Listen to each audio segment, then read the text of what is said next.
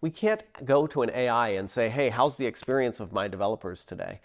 AI is here to help, but it can also disrupt.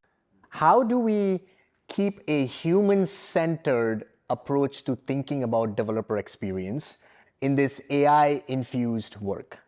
Well, I think the question kind of, or the answer itself is in the question. We're talking about developer experience. We can't go to an AI and say, hey, how's the experience of my developers today? The only person or the only group of people that can answer that question are the developers themselves. And so I think this is another really important component for organizations to consider.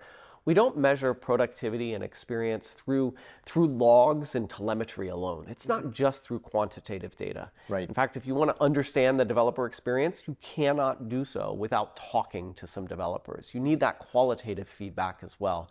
And I think that's really important. And just like we care about what are the business metrics, we also need to understand what is the experience that a developer likes to have.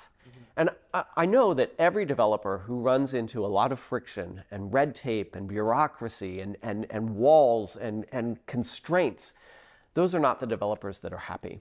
And so we as organizations need to find where is the friction point for developers and how do we alleviate some of that friction so that they can have a better experience.